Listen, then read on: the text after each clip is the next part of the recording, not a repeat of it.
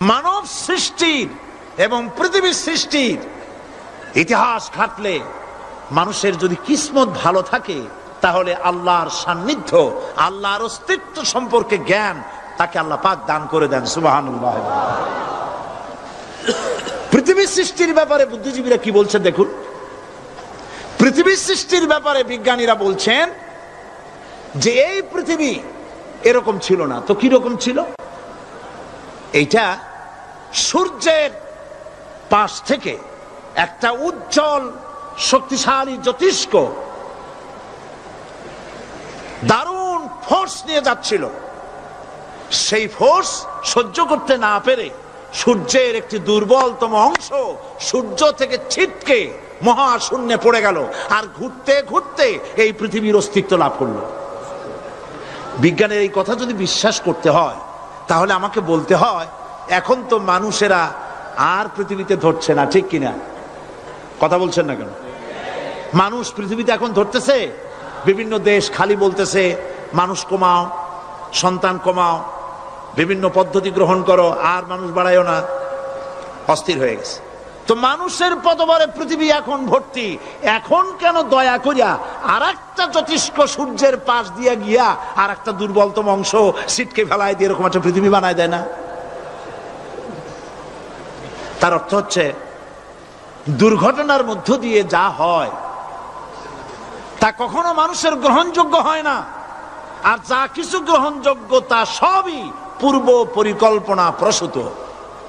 যেমন দৃষ্টান্ত দিতে গিয়ে আমি বলি, দুটো গাড়ি মুখোমুখি হয়ে অ্যাক্সিডেন্ট করলো, কাঁচগুলো ভেঙে ভেঙে চুরমার হয়ে গেল। এই মুহূর্তে চশমায় লাগানো যায় এরকম একটা সাইজ করা কাঁচ পাওয়া যাবে কি? পাওয়া যাবে? রেলগাড়ি অ্যাক্সিডেন্ট হলো, হাজার লোহার টুকরা পড়ে গেল, এক্ষুনি একখান কোদাল, একখান খন্তা, একখানা শাবল, একখানা দা, একখানা বটি অথবা জুতোয় মারার মতো একটা ছোট্ট পিনও প্রস্তুত আকারে পাওয়া যাবে কি? তাহলে বোঝা গেল অ্যাক্সিডেন্টের মাধ্যমে যা কিছু হয় তা মানুষের গ্রহণযোগ্য নয়, যা কিছু গ্রহণযোগ্য তা সব পূর্ব পরিকল্পিত। এখন আমি বলবো বিজ্ঞানীদের কথা মতো যদি সূর্যের কোন দুর্বলতম অংশ মহাশূন্যে পড়ে এই পৃথিবী হয়ে থাকে তাহলে এটা পরিকল্পনার ভিত্তিতেই হয়েছে। সেই পরিকল্পনাকারীর নাম কি? বলেন নাম কি? তবে আমি আপনাদেরকে নিশ্চিত করে বলতে পারি সূর্যের কোন দুর্বলতম অংশ ছিটকে পড়ে অ্যাক্সিডেন্টের মাধ্যমে পৃথিবী হয় নাই। মহাপরিকল্পনার মাধ্যমে সৃষ্টি জগৎকে টিকে রাখার জন্য আল্লাহ রাব্বুল আলামিন আলাদাভাবে পৃথিবীকে সৃষ্টি করেছেন। বিজ্ঞানের কথার সাথে কোরআন শরীফের যদি কন্ট্রাডিকশন হয় তাহলে কার কথা মানবেন? বিজ্ঞান না আল্লাহ? জোরে বলেন, বিজ্ঞান না আল্লাহ? বিজ্ঞান বলছে, কোন সময় বলে পৃথিবী ঘোরে, কেউ বলে সূর্য ঘোরে, কেউ কয় আমরাও ঘুরি। এখন আসলে ঘোরে কে? ফয়সালা কার কাছ থেকে নেবেন? আল্লাহ রাব্বুল আলামিন কোরআন শরীফের ভিতরে বলেছেন, লাশ-শামসু ইয়ামবাগি লাহা আন তুদরিকাল কামারা ওয়ালাল লাইলু সাবিকুন নাহার ওয়া কুল্লুন ফি ফালাকি ইয়াসবাহুন। প্রবল জ্ঞানী হইবে যাহারা, আপন মনেতে বুঝিবে তাহারা, রাত্রি পারে না আগে যাইবার, দিনের স্থান করি অধিকার। চন্দ্র বাদে না সূর্যের গায়েতে, সূর্য পারে না চন্দ্রকে ধরিতে, যার যে স্থান বহাল রাখিয়া ভ্রমণ করিছে খোদাকে ডরিয়া। একটি নির্ধারিত সময় সীমা পর্যন্ত আপন আপন কক্ষপথে সব দৌড়াদৌড়ি করবে, কারো সাথে অ্যাক্সিডেন্ট হবে না কারো। ওয়াকুল্লুন ফি ফালাকি ইয়াসবাহুন, যা আছে মহাশূন্যে সব ঘুরতেছে। কে বলে? বলেন সবাই, কে বলছে? কোন সূরা? সূরা ইয়াসিন। আবার শুনুন, আল্লাহ পাক ফয়সালা দিচ্ছেন ঘোরে কেডা? শুধু সূর্য ঘোরে না, শুধু চন্দ্র ঘোরে না, আল্লাহ মহাশূন্যে যা রেখেছেন সব ঘুরতেছে, সবই সন্তরণশীল, সব গতিশীল। সুতরাং ফয়সালা তো আল্লাহর কাছ থেকে নিতে হবে। পৃথিবী সৃষ্টি করেছেন, মানব গোষ্ঠী সৃষ্টি করেছেন, এবং মানুষের প্রয়োজন মিটিয়েছেন। এই মানুষগুলিকে কে সৃষ্টি করেছে? মানুষ সৃষ্টির ব্যাপারেও দার্শনিকরা মানুষদেরকে বিভ্রান্ত করে। যা কলেজে বিশ্ববিদ্যালয়ে পড়ানো হয়, এই কোরআন শরীফ বিশ্ববিদ্যালয়ে পড়ানো হয়? হ্যাঁ হয়। কয়েকটা আয়াত, কয়েকটা সূরা পরীক্ষা পাস করার জন্য একটু একটু অপশনাল রেখে দেওয়া হয়েছে। বর্তমান যে শিক্ষা কমিশন, শামসুল হক শিক্ষা কমিশন রিপোর্ট মন্ত্রী পরিষদে অনুমোদন করেছে বর্তমান সরকার। এই শিক্ষানীতিতে বলা হয়েছে ক্লাস 1 থেকে নিয়ে ক্লাস 5 পর্যন্ত ধর্মীয় শিক্ষা দিতে দেওয়া হবে না। তাহলে ক্লাস 5 পর্যন্ত যদি ধর্মীয় শিক্ষা না থাকে, তাহলে ক্লাস 6-7-এ ওঠার পর আলিফ জাওরা বাজাবরবা আনাকুম জানাকুম ছেলেরা পড়বে? মেয়েরা পড়বে? আসল উদ্দেশ্য হলো ইসলাম থেকে জাতিকে দূরে সরাবার জন্য ষড়যন্ত্র। এই সরকারের প্রণীত শিক্ষানীতি আমরা মানি না। আপনারা মানেন?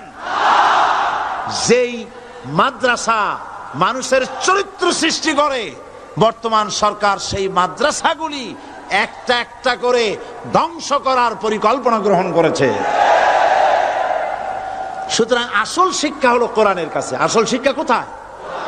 কোরআনের কাছে।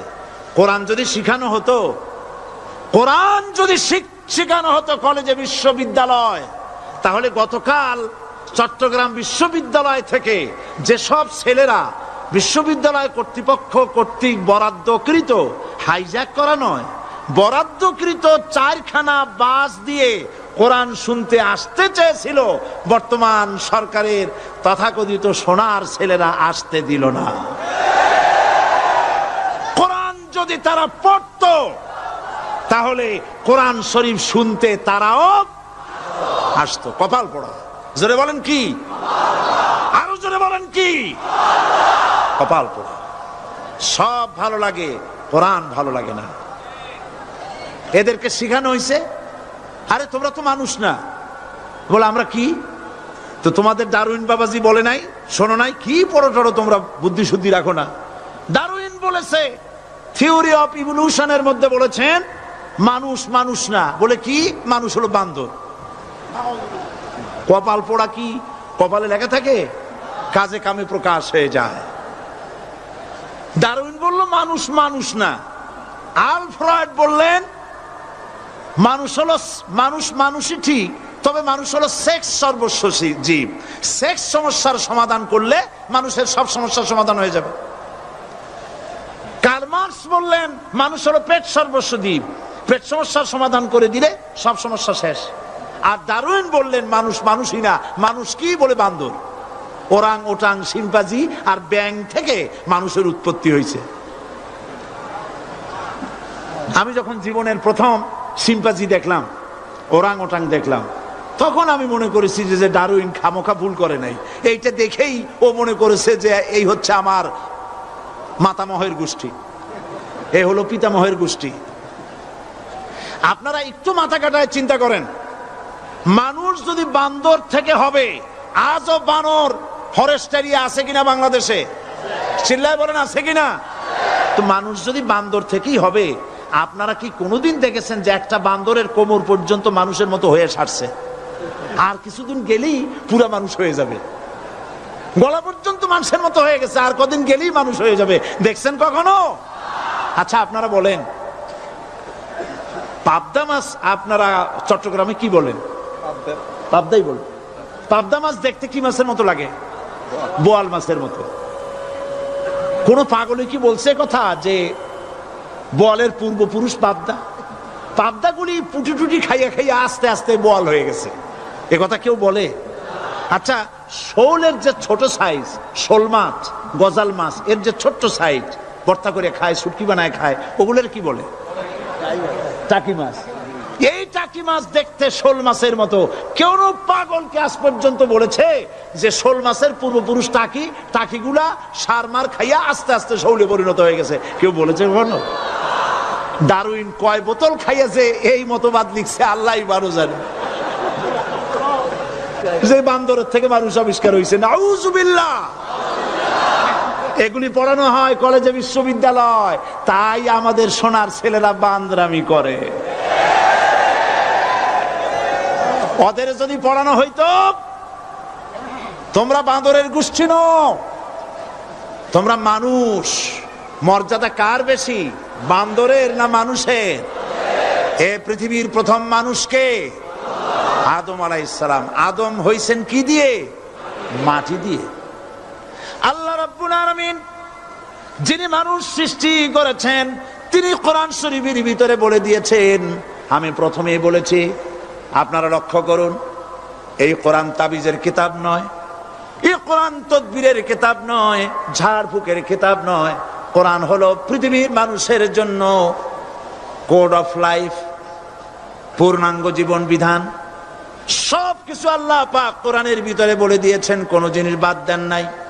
আপনি আমি কেমনে সৃষ্টি হয়েছি আল্লাহ পাক কোরআনের ভিতরে বলেছেন, ইন্না খালাকনাকুম মিন তুরাবিন সুম্মা মিন নুতফাতিন সুম্মা মিন আলাকাতিন সুম্মা মিন মুদগা। নিষ্প্রাণ মাটি দিয়ে তোমাকে উৎপন্ন করা হয়েছে, নিষ্প্রাণ মাটির উপাদান দিয়ে তোমাকে তৈরি করা হলো। মায়ের পেটের ভিতরে এক ফোঁটা নাপাক পানি জমাট রক্তে পরিণত হয়ে গেল, জমাট রক্ত আস্তে করে গোস্ত পিণ্ড হলো, গোস্ত পিণ্ডকে সুন্দর করে সাজায়া হাড্ডি গুড্ডি বানায়া স্ট্রাকচার তৈরি করে তার উপরে ফাকাসাউনাল ইযামা লাহমা, চামড়া দিয়ে গোস্ত দিয়া সাজায়া সুন্দর করে বানালাম। আল্লাহর পরিচয় শুনুন, আল্লাহ আমার কেমন আল্লাহ। মায়ের পেটের ভিতরে সন্তান বানায়া এরপরে যখন রূহ দেওয়া হয়েছে, ক্ষুধা লেগেছে, খাবারের প্রয়োজন হয়েছে, আল্লাহ রাব্বুল আলামিন ওই কচি বান্দা মায়ের পেটে বসে কি খাবে সেজন্য তার মা চিন্তা করে নাই, বাবা চিন্তা করে নাই, সরকার চিন্তা করে নাই। আল্লাহ রাব্বুল আলামিন মায়ের মাসিক অসুখকে বন্ধ করে দিয়ে সন্তানের নাভির সাথে আর মায়ের নাভির সাথে তার লাগায়া, পাইপ লাগায়া মায়ের মাসিক অসুখের রক্তগুলি দিয়ে সন্তানকে বড় বানালেন। মুখ দিয়া এই রক্ত পান করালেন না, মুখটাকে পবিত্র রেখে দিলেন যাতে করে পৃথিবীতে আসার পর ওই মুখ দিয়া আল্লাহ রাব্বুল আলামিনের জিকির করতে পারো। সন্তান মায়ের ভিতরে পেটের ভিতরে বড় হলো, আল্লাহ রাব্বুল আলামিন বলেন মাস দিন যখন পুরা হয়ে গেল, সুম্মা নুখরিজুকুম তিফলা, বাচ্চার আকারে পৃথিবীতে নিয়ে আসলাম। এখন খাবা কি? পৃথিবীতে যখন বাচ্চা এলো তখন তার পেটের সাথে যে সংযোগ ছিল মায়ের নাভির সাথে আর সন্তানের নাভির সাথে, সেই সংযোগ তার আর কি থাকলো? কি করা হলো? কেটে দেওয়া হলো। লক্ষ্য করুন, খাবারের জন্য একটি মাত্র পাইপ আল্লাহ লাগাইছিলেন, পৃথিবীতে সন্তান আসার সঙ্গে সঙ্গে পাইপটা কেটে দেওয়া হলো। এবার কি খাবে? আল্লাহ রাব্বুল আলামিন মায়ের বুক থেকে সন্তানের জন্য এবার সিঙ্গেল সিগন্যাল, তার জন্য সিঙ্গেল কোন লাইন যেটা ছিল কেটে দিয়া মায়ের বুক থেকে সন্তানের জন্য ডাবল লাইন আল্লাহ চালু করে দিলেন। এমন দুধ বানায় দিলেন যা শুধু খাবার নয়, শুধু ফুড ভ্যালু নয়, এই দুধের ভিতরে ক্যালসিয়াম, এর মধ্যে ভিটামিন, এর মধ্যে আয়রন, এর মধ্যে মেডিসিন। দুনিয়ার এই সন্তান ছিল ফি কারারিম মাকিন, সুরক্ষিত জায়গার ভিতরে ছিল, কোনো পলিউশন সেখানে যেতে পারত না, রোগের জার্ম সেখানে যেতে পারত না। দুনিয়ায় এলো দূষিত আবহাওয়ার ভিতরে, এই সন্তানকে এখনই অ্যান্টিবায়োটিক খাওয়ালে পরে অসুবিধা হবে। আল্লাহ রাব্বুল আলামিন মায়ের দুধের ভিতরে ঔষধ দিয়া রোগের প্রতিষেধক বানায়া দিলেন। এ হলো আমার আল্লাহ। এ আমার কে?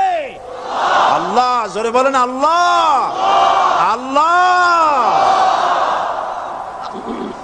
আল্লাহ রাব্বুল আলামিন মায়ের দুধ দিয়ে সন্তানকে বড় করলেন আর শোনায় দিলেন, খবরদার এই মায়ের সাথে, এই বাপের সাথে নাফরমানি করবি না।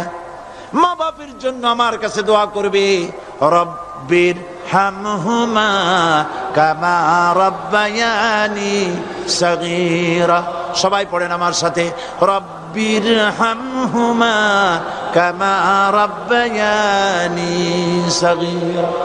আল্লাহ পাক শিখাই দিলেন বান্দারে আমার কাছে দোয়া করায়, আল্লাহ আমার মা বাপ আমাকে ছোটবেলায় যেভাবে স্নেহের কোলে লালন পালন করেছে, এইভাবে আমার মা বাপদের তোমার রহমতের কোলে লালন পালন করো। মনে থাকবে ভাইরা? বলেন মনে থাকবে?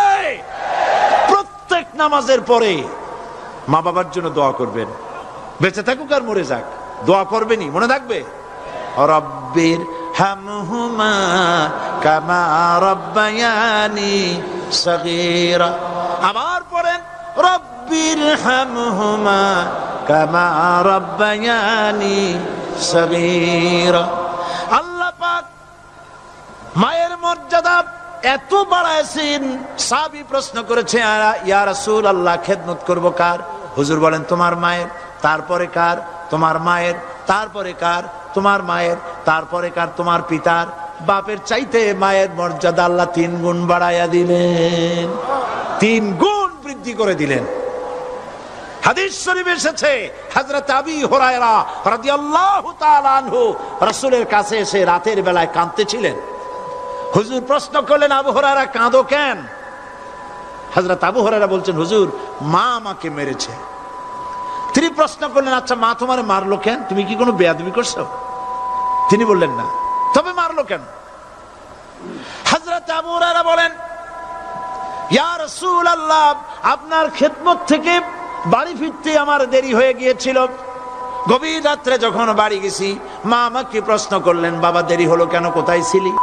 তাম পৃথিবীর মানুষ যেই কদম মোবারক চুমু দিতে পারলে ধন্য হয়ে যায়, সেই আখিরি জামানার পয়গম্বর নবী মুহাম্মদ রাসূলুল্লাহ সাল্লাল্লাহু আলাইহি সাল্লামের দরবার থেকে আসতে আমার দেরি হয়ে গেছে। ইয়া রাসূলুল্লাহ আমার মা আপনার নাম শুনে তার গা জ্বলে উঠল, তিনি কাফের মুশরিকা।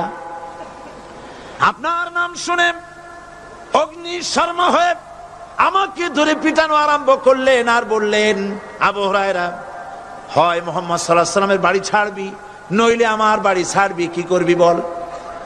মার খেতে খেতে আমি বললাম, মা তোমার গায়ে যত শক্তি আছে আমারে মারো, তোমার বাড়ি শুদ্ধ, তাম দুনিয়াটা ছেড়ে দিতে পারি, মুহাম্মদ রাসূলুল্লাহর কদম মোবারক ছেড়ে দিতে পারি না। হুজুর আমার মা গলা ধাক্কা মেরে আমাকে বের করে দিয়েছেন। হুজুর বলছেন, আবু হুরায়রা মা তোমাকে মেরেছে আর আমার কাছে নালিশ করছো, আমি তোমার মায়ের কোনো বিচার করতে পারবো না। সুবহানাল্লাহ, এত বড় পাওয়ারফুল নবী, শানওয়ালা, ইজ্জতওয়ালি, বরকতওয়ালি, এত বড় নবী বলছেন মা মেরেছে, আমার করার কিচ্ছু নাই। সুবহানাল্লাহ। তোমার মা মুশরিকা হোক আর যাই হোক, তোমার মা। সুবহানাল্লাহ বলেন। আমার বন্ধুগণ, হযরত আবু হুরায়রা বলেন, ইয়া রাসূলুল্লাহ মায়ের বিরুদ্ধে কোনো অভিযোগ নিয়ে আমি আপনার কাছে আসি নাই। হুজুর বললেন, কেন আসছো বলো খুলে। আবু হুরায়রা বলেন, হুজুর আমি জানি আপনি আল্লাহর দরবারে যদি কোনো ব্যাপারে হাত তোলেন আল্লাহ মঞ্জুর করে ফেলেন। আপনি দয়া করে আমার মার জন্য দোয়া করেন, আল্লাহ যেন হেদায়েত দিয়ে দেন।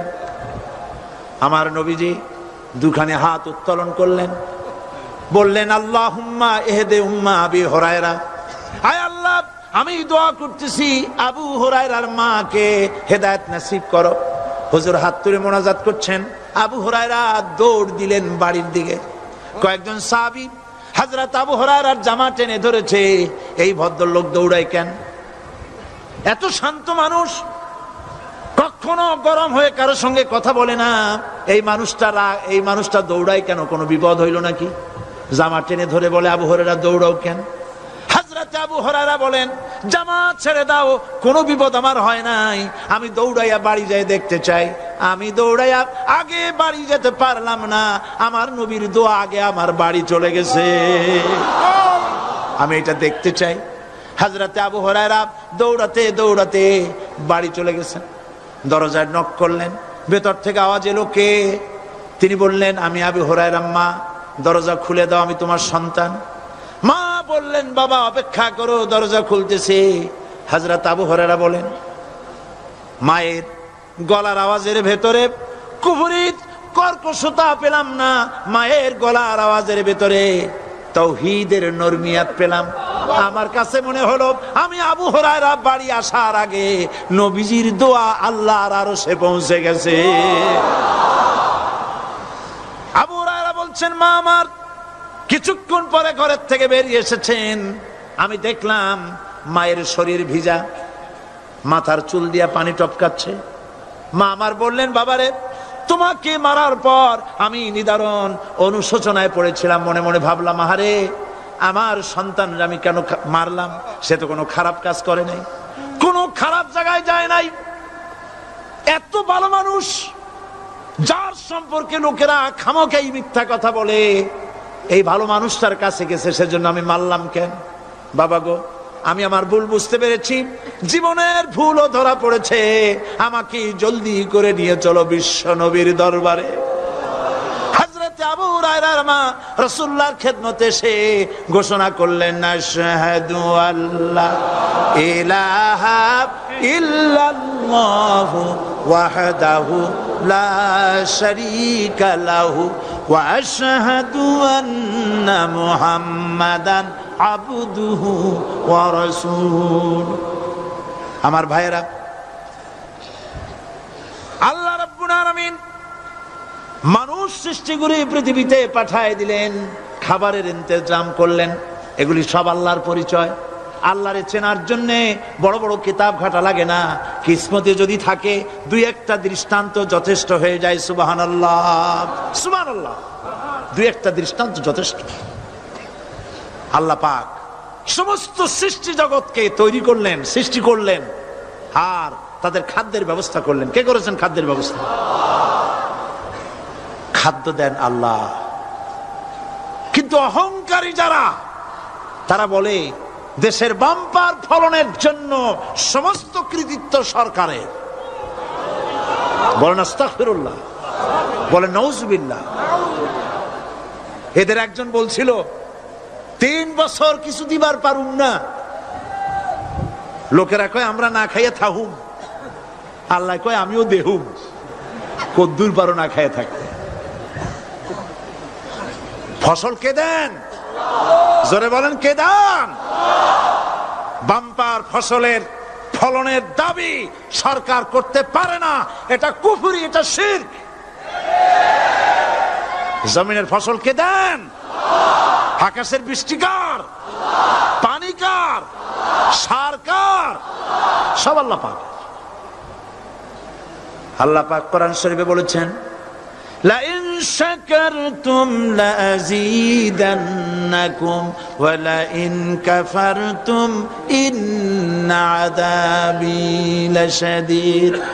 আমার নিয়ামতের শুকর যদি আদায় করো বাড়ায় দেব, আর যদি কৃতজ্ঞ হও, শুকরিয়া আদায় না করো, মস্ত বড় শাস্তি দেব। ফসল দেই আমি, আর শুকরিয়া আদায় করো তোমার বাজানে। ঠিক কিনা?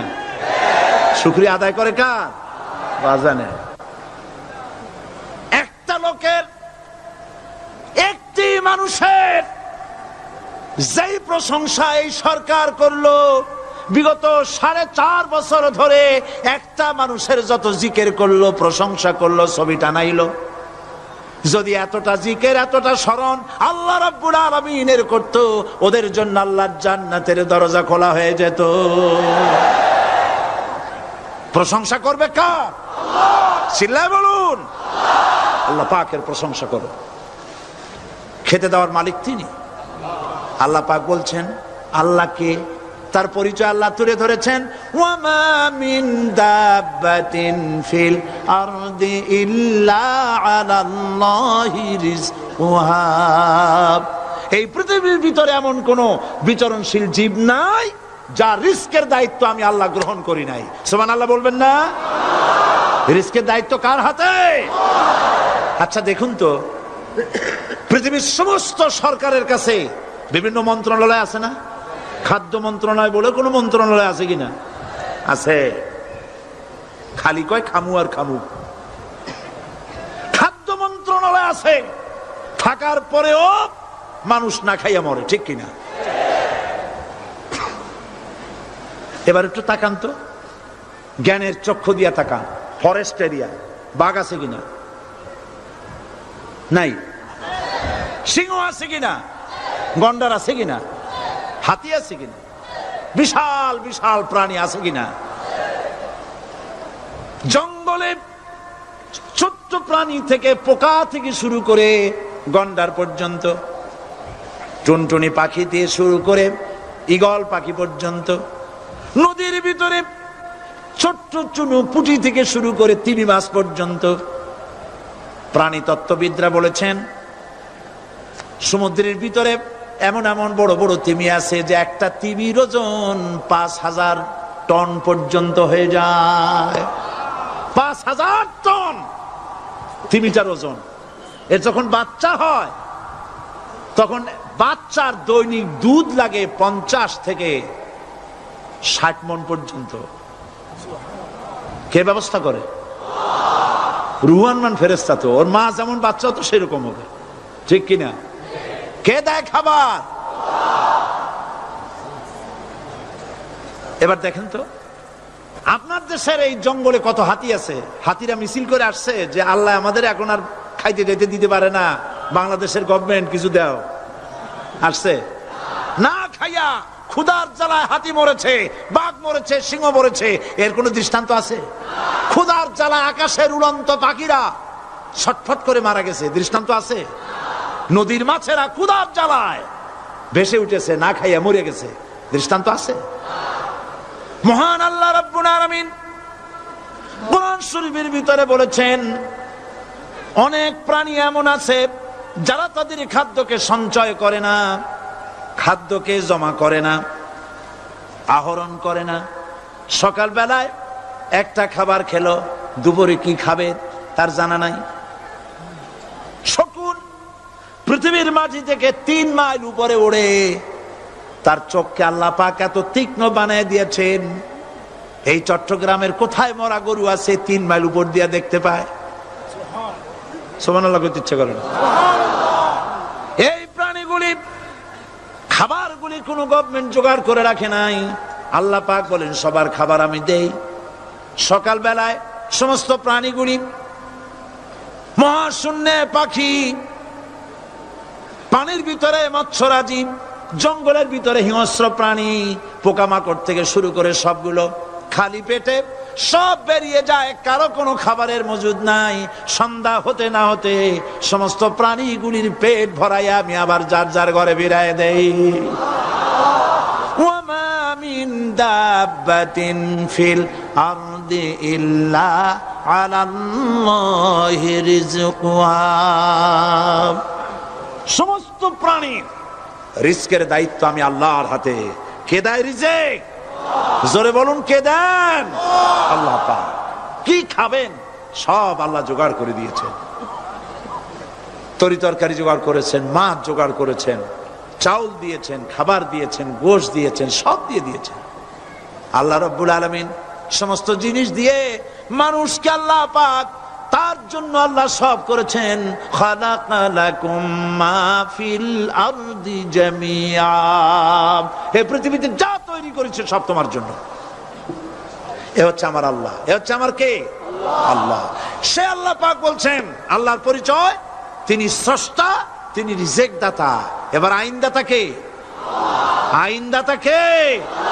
আরো জোরে বলুন। আইনদাতা আল্লাহ হচ্ছে আল্লাহর পরিচয়। ইনিল হুকমু ইল্লা লিল্লাহ আলা লাহুল খালকু ওয়াল আমর। সৃষ্টি যার, আইন চলবে তার। আমার দেশে আল্লাহর আইন চলছে? আমাদের দেশের কল কারখানা, ক্ষেত খামার, অফিস আদালত আল্লাহর আইন অনুযায়ী চলে? চলে না। বরং আল্লাহর আইনকে মুছে ফেলার জন্য নিজেদের আইন সৃষ্টি করার জন্য প্রচেষ্টা চালানো হচ্ছে। আল্লাহর আইন মানুষের জন্য সব থেকে বেশি উপযোগী, কারণ সৃষ্টি করেছেন কে? বলেন, কে করেছেন? আল্লাহ।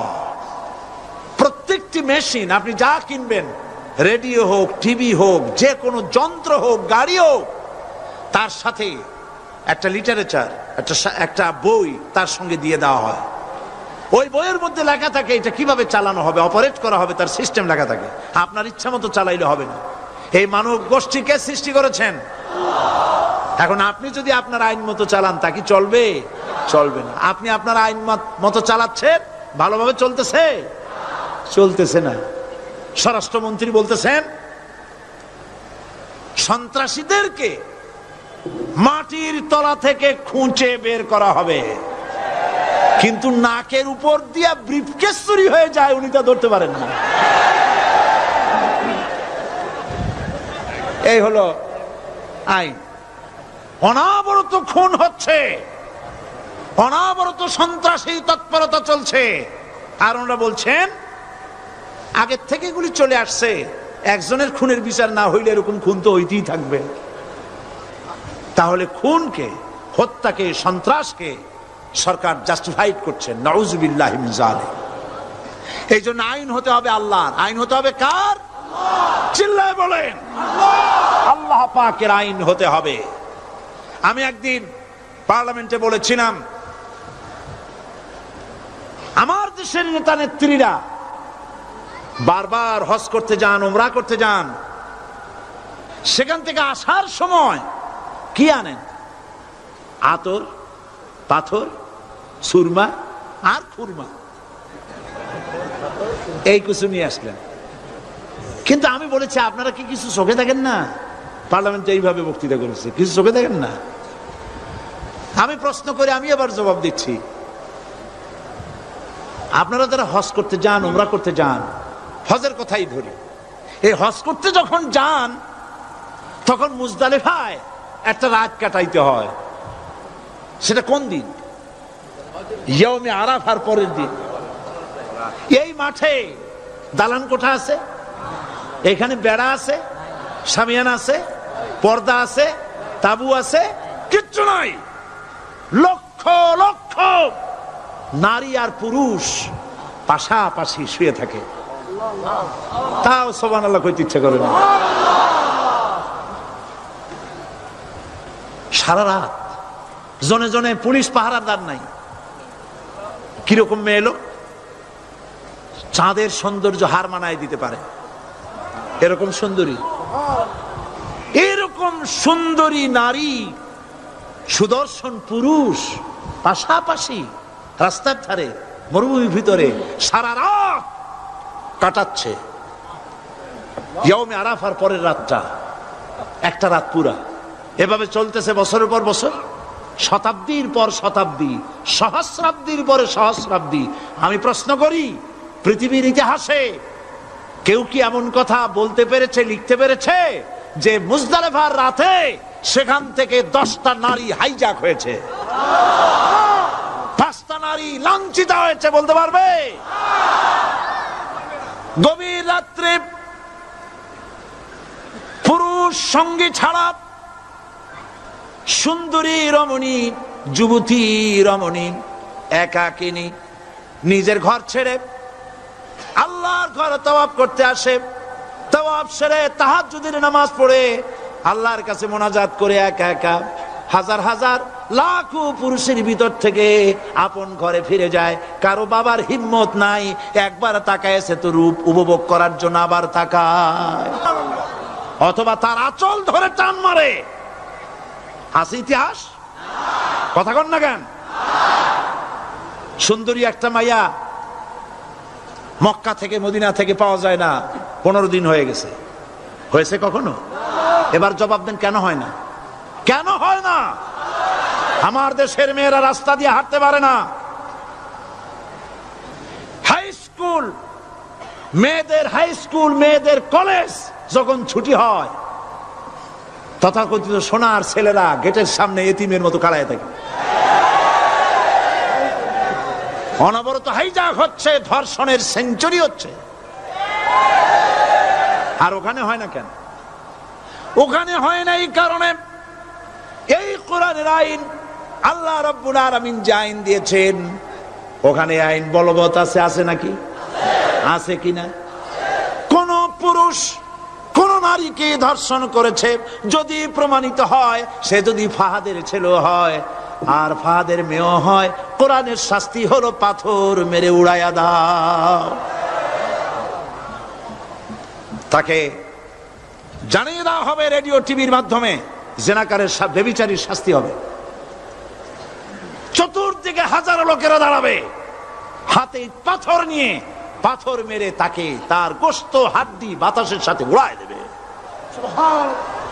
একজন মানুষ আর একজন মানুষকে খুন করলো, এই আসামি ধরা পড়ে গেল, কোরআনের শাস্তি হলো যখন ধরা পড়বে প্রমাণিত হবে, যেমন ভাবে হত্যা করেছে ওরেও হত্যা করো।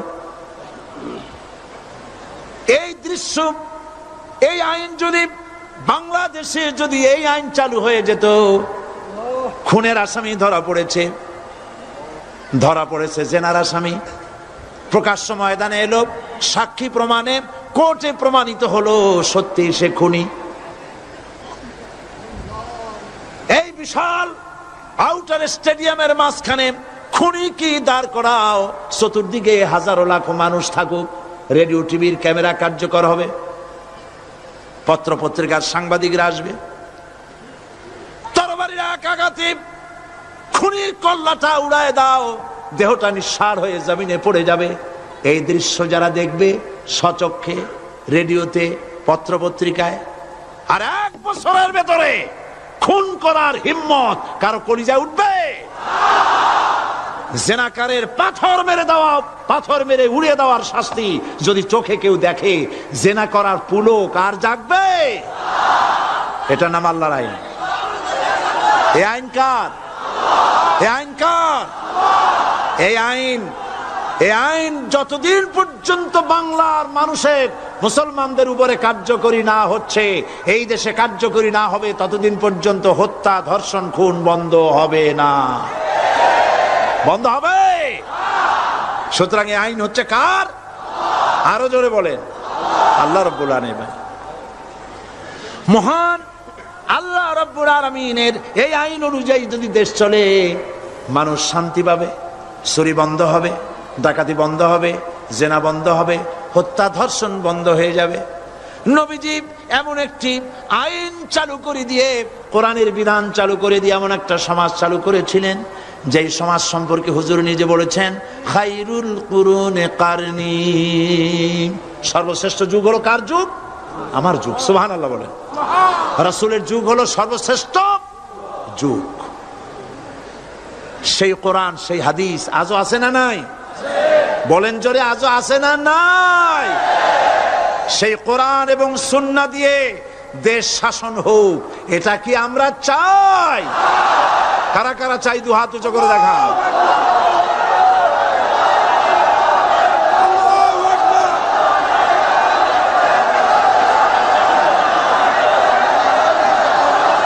আরে ভাই, আপনারা দাঁড়ায় গেলেন কেন? বসেন বসেন।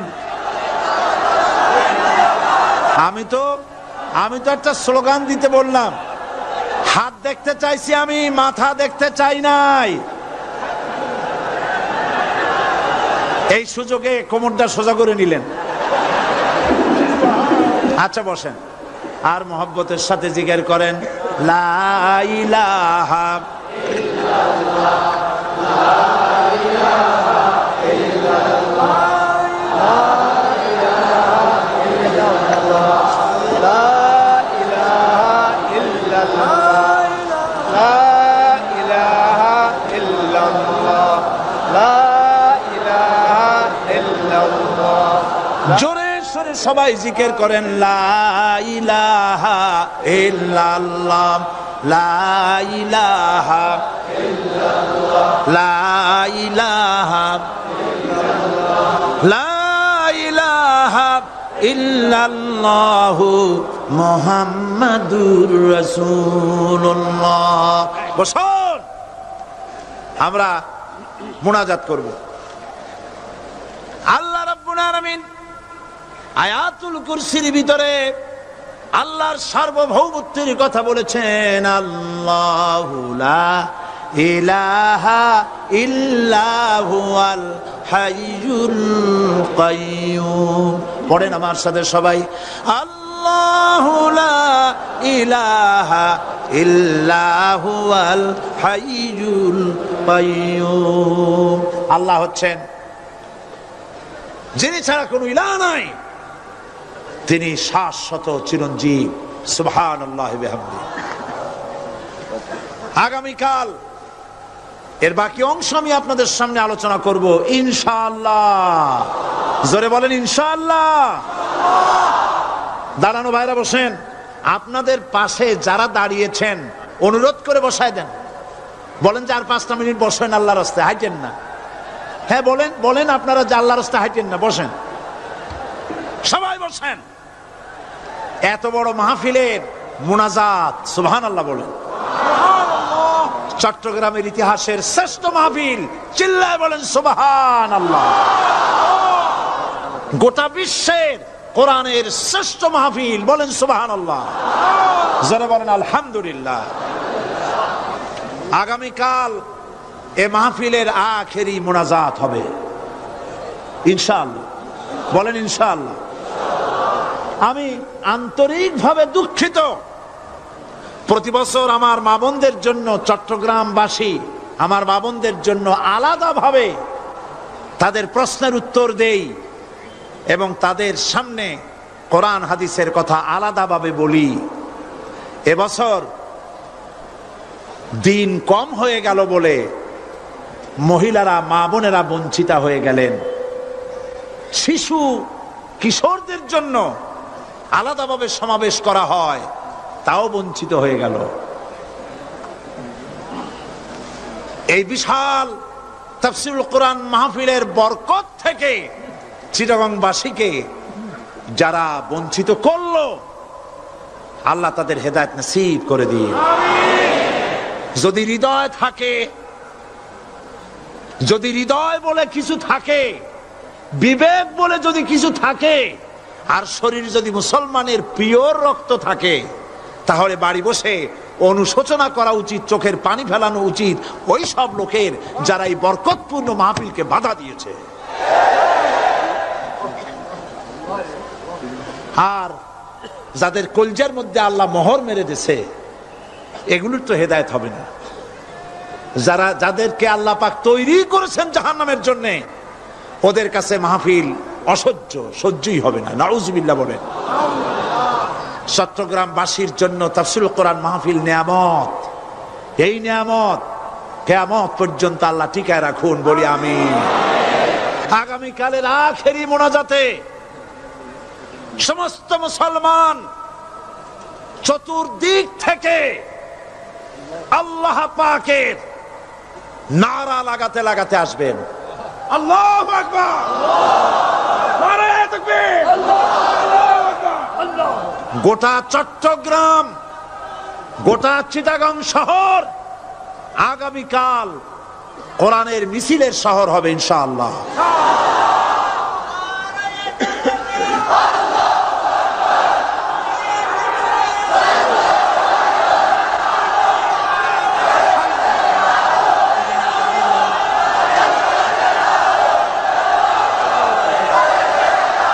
কতজন?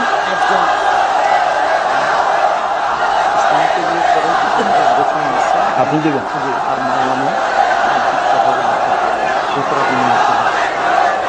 বন্ধুগণ, আজকে কোরআন শরীফের তাফসীর শুনে ইসলামের প্রতি আকৃষ্ট হয়ে 8 জন অমুসলিম ভাই ইসলাম কবুল করার জন্য এসেছে।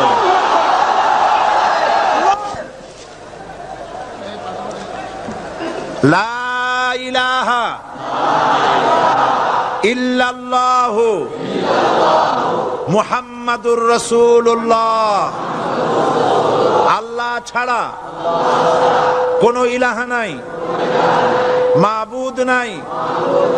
মুহাম্মদ সাল্লাল্লাহু আলাইহি ওয়াসাল্লাম আল্লাহর প্রেরিত রাসূল।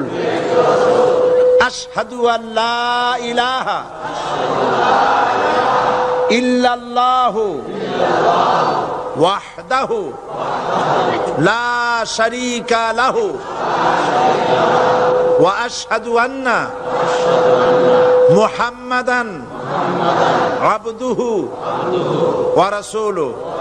আমি সাক্ষ্য দিচ্ছি আল্লাহ ছাড়া কোনো ইলাহ নাই, মাবুদ নাই, উপাস্য নাই, তিনি এক, তিনি একক, তার কোনো অংশীদার নাই। আমি আরো সাক্ষ্য দিচ্ছি মুহাম্মদ সাল্লাল্লাহু আলাইহি ওয়াসাল্লাম আল্লাহর বান্দা এবং তার প্রেরিত রাসূল। সকলকে বলো আসসালামু আলাইকুম। আপনারা সবাই জবাব দেন। আজ গতকালের ৭, আজকের ৯। আলহামদুলিল্লাহ, আমাদের এই ভাইরা এখন নিষ্পাপ বেগুনা, আমাদের এই নবাগত ইসলামে দীক্ষিত নিষ্পাপ মুসলমানদের সাথে আমি আপনাদের পক্ষ থেকে আলিঙ্গন করছি।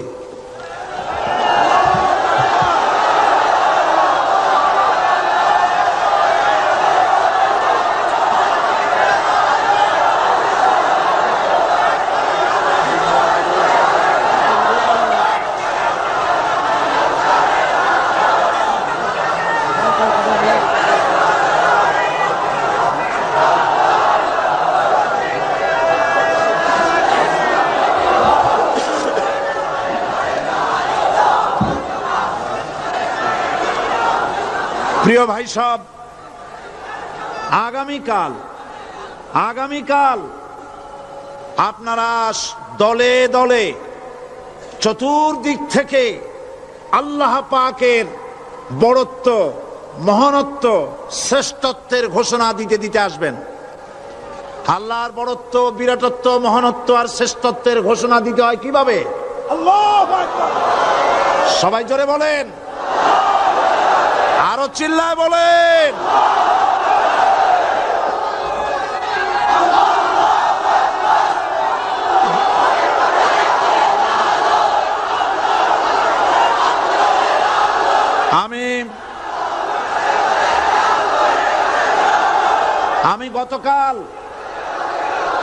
আমি গতকাল এই মাহফিলে পুলিশ প্রশাসনকে অনুরোধ করেছিলাম, আজকের মাগরিবের নামাজের মধ্যে 40 জন নিরপরাধ কোরআন পাগল মুসলমানদেরকে জেল থেকে মুক্তি দেওয়ার জন্য।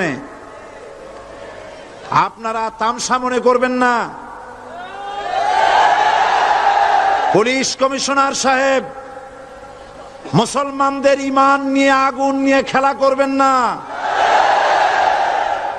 রাজশাহী এবং চট্টগ্রাম এক জিনিস নয়। আপনি রাজশাহীকে নির্যাতন করে এসেছেন, আমাদের কাছে সে হিসাব আছে। আপনি চট্টগ্রামের যদি এই মুসলমান ছেড়ে না দেন, আপনার মৃত্যু হবে, পাগল হয়ে মরবে।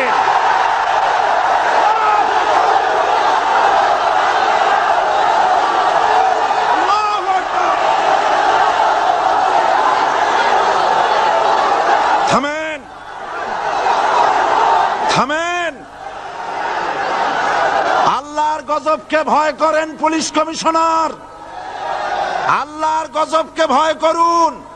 এই লক্ষ লক্ষ জনতা আপনার গজবের মৃত্যু কামনা করে। আপনি যদি কালকের জুমার আগে 40 জন ছেড়ে না দেন, এই মাহফিল থেকে এমন কঠোর কর্মসূচি ঘোষণা করা হবে, গোটা চট্টগ্রাম অচল হয়ে যাবে।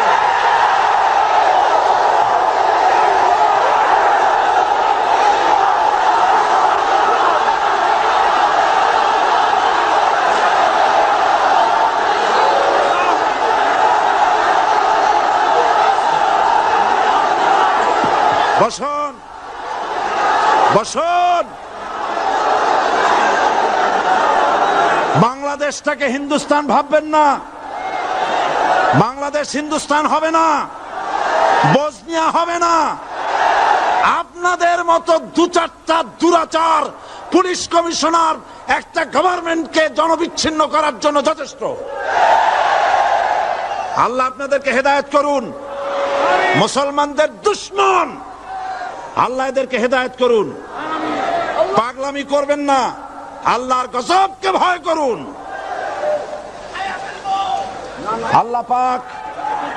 আল্লাহ পাক মুসলমানদেরকে ধৈর্য ধরার তৌফিক দান করুন। সবাই বলেন আমিন। আল্লাহ পাক মুসলমানদেরকে ধৈর্য ধরার তৌফিক দান করুন, বলেন আমিন। আমি আজ আপনাদের খেদমতে আরজ করি, আগামীকাল দলে দলে কোরআনের তাফসীরের মাহফিলের মোনাজাতে শরীক হন। আল্লাহ তৌফিক দান করুন। সমস্ত